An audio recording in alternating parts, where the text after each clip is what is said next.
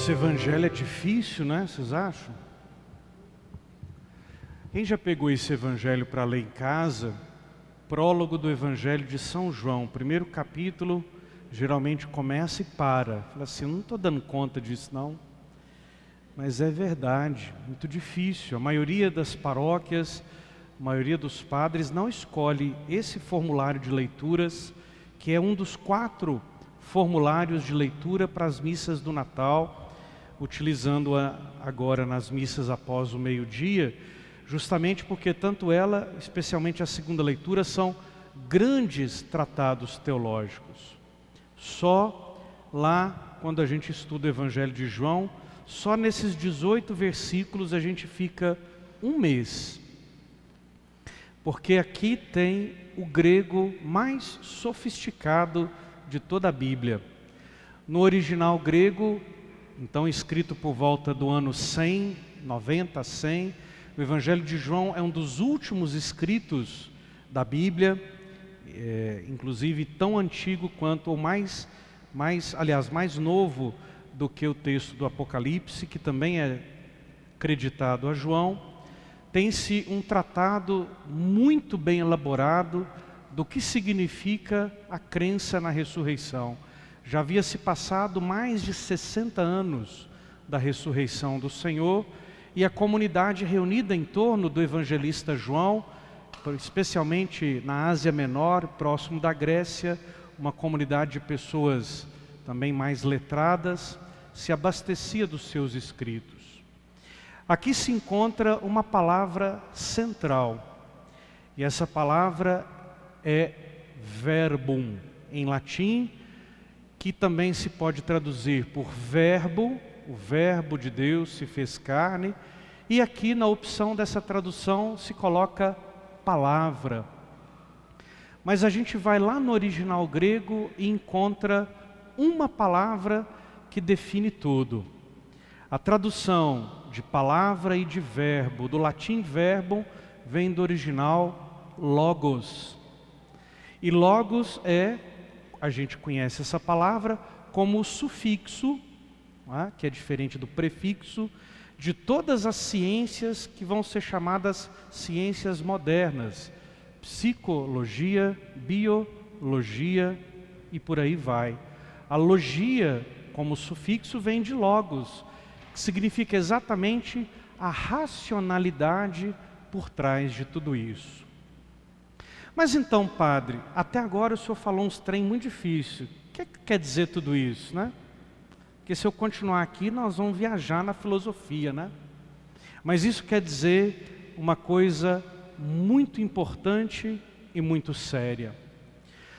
Quando a comunidade evangelizada por João, ao sintetizar essa preciosidade teológica, no princípio era a palavra, e a palavra estava com Deus, e a palavra era Deus, e depois desembocar justamente no grande mistério do Natal que nós estamos celebrando, que este verbo, esta palavra, se fez carne e habitou entre nós. Ele quer dizer uma realidade que é a realidade mais central e importante da minha fé e da nossa fé. Sabe o que é? Se logos significa razão humana, e logos era a grande doutrina das escolas filosóficas dos primeiros séculos, significa que, se Deus é o logos, se esse logos, a palavra, habitou na carne de um menino palestino, nascido por volta do ano 4, no império de César Otaviano Augusto, numa região determinada, de uma família judaica simples e comum, como poderia ser de qualquer outra família. Isso quer dizer para nós assim: não tem como separar, não tem como dividir, não tem como tirar a dignidade do ser humano da dignidade de Deus. Eu vou dizer a mesma coisa com outras palavras. Se eu, se você, se todos nós afirmamos que somos discípulos deste menino que nasce pequeno e depois na cruz entrega sua carne para nossa salvação, significa que eu, que você, que todos nós e que todos os cristãos não podemos jamais desistir do ser humano. Se algum momento você desistir do ser humano, você não é mais cristão. Se a partir do momento em que você achar que um ser humano vale mais ou menos do que outro, nesse momento você já não é mais seguidor de Jesus. Se a partir do momento em que eu acho que é natural e normal e naturalizo o fato de que algumas pessoas naturalmente nasceram para sofrer e outras não, eu não sei e nunca entendi quem é Jesus Cristo. Se eu achar com a mais profunda convicção de que eu posso amar a natureza, os bichinhos, as plantas, o mar, mais do que os seres humanos, eu não sei o que é ser seguidor de Jesus. Se eu separo aquilo que é a dignidade daquilo que nós chamamos espiritualidade, que a gente costuma colocar debaixo de um guarda-chuva, e nesse guarda-chuva cabe ali dentro rezar, fazer adoração, fazer novena, ler coisas espirituais, ser devoto de um santo, saber a história dele, ir à missa, rezar terço. A gente costuma colocar debaixo desse grande guarda-chuva essas coisas e colocamos o nome de quê? Espiritualidade, né? Inclusive tem gente que utiliza a palavra espiritualidade, que é um substantivo, como adjetivo. Diz assim, fulano de tal é uma pessoa muito espiritualizada. A gente fala assim, né? Por quê? Porque você vê naquela pessoa, uma pessoa assim, zen, fala baixinho, está sempre sorrindo para você.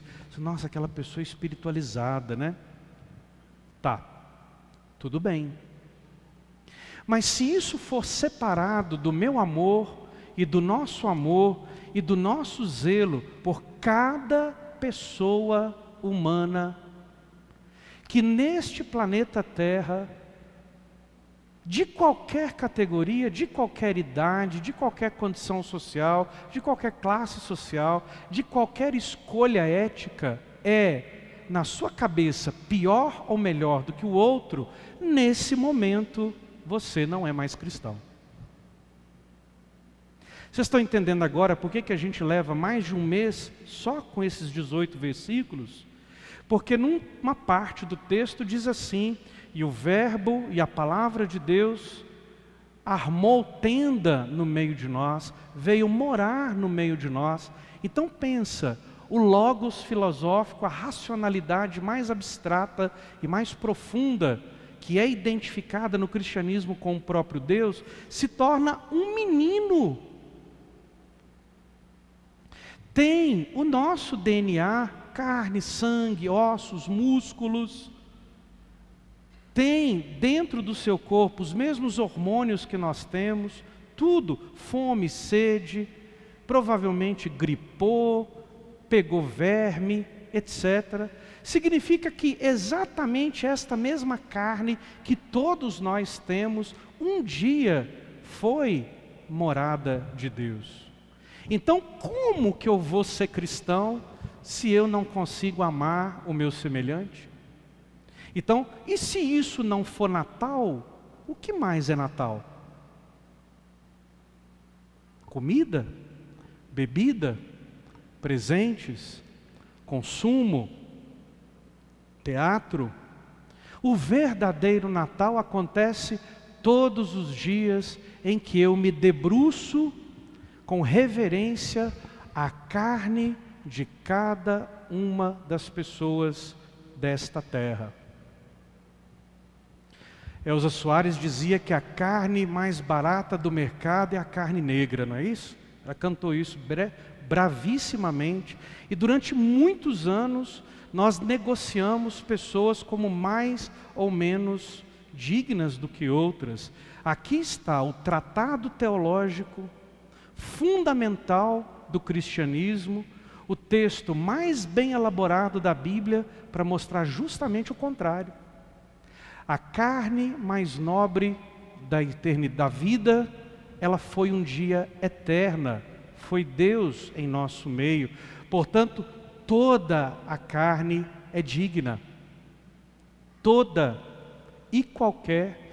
E é por isso que a gente vai ver e vai entender somente o cristianismo verdadeiro, não os fakes por aí, que se deixam levar por ideologias que passam por alguns anos, deixam suas cicatrizes, mas a gente vai ver sempre, como desde Santo Irineu, bispo de Lyon, que vai dizer que a glória de Deus é a carne viva do ser humano, lá no século III da era cristã, quando os gladiadores perdiam suas vidas e eram aplaudidos nas arenas esparramadas pelo Império Romano.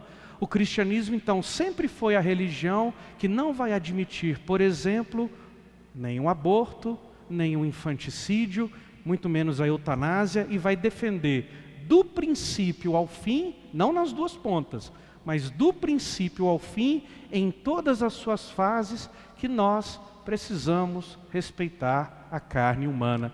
E é por isso que é só o cristianismo que não desrespeita as pessoas que nascem com deficiências físicas, mentais. É ainda pelo mundo afora, as igrejas, as comunidades, as escolas e os hospitais católicos, das congregações religiosas, masculinas e femininas, que cuidam dessas pessoas, porque nunca, para muita gente, essas pessoas nem humanas são. É por isso que a gente vai entender que para nós é inegociável o tempo todo este corpo nosso.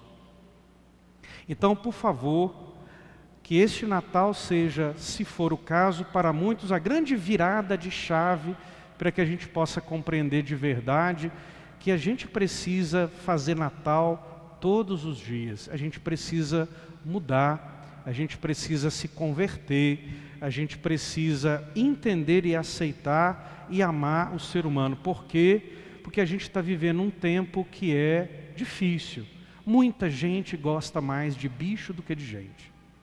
Isso é absurdo e para mim isso é absolutamente assustador. Isso me assusta muito mais do que qualquer filme de terror e qualquer filme trash e qualquer ficção científica que acaba com o mundo, muito mais, dizendo, eu não vou ter filho não, prefiro ter um cachorro. As pessoas traem a gente, as pessoas humilham a gente, o cachorro nunca fez isso com a gente, o gatinho nunca faz, o passarinho nunca faz, nada contra o cachorro, nem o gatinho, nem o passarinho, são todos fofos, e eles fazem isso por instinto, é uma programação neuroquímica neles. Mas o nosso desafio está em quem não faz isso só por instinto, você aprender a respeitar, oferecer dignidade e entender que ali na pessoa, ali naquela pessoa, que pode ser completamente ordinária, porque ninguém é anjo, ali está um filho de Deus, porque Deus se fez carne e habitou no meio de nós. Talvez seja por isso que muitos não escolhem esse texto para poder utilizar nas missas de Natal, porque se não for para dizer isso, não adianta nem ir para o play. Se você não dá conta de brincar, não desce para o play, não é assim? Então é muito importante que a gente saiba que mais um Natal é mais uma oportunidade para de verdade saber o que é a essência do cristianismo, o que é a essência do segmento de Jesus. O Verbo de Deus se fez carne e eu não posso deixar de amar a carne humana. É nela que eu vou me salvar, não por espiritualismos desencarnados, não é? Não por espiritualismos desencarnados, não por penitências absurdas, penitências de não comer, de andar, de acordar de madrugada. Faça um gesto de caridade por semana. talvez vale mais do que 1 milhão de viagens à Aparecida na sua vida. Um gesto de caridade, um gesto de compaixão, um gesto de ternura, um olhar de misericórdia aos que sofrem, aos que penam, aos que não entenderam o que significam os valores, são aí descartados, são aí e precisam ser, claro, às vezes, punidos pela lei, porque se desobedecem à lei, precisam aprender a viver em comunidade, mas ainda assim são dignos e ainda assim são filhos de Deus. Este é o Natal do Senhor.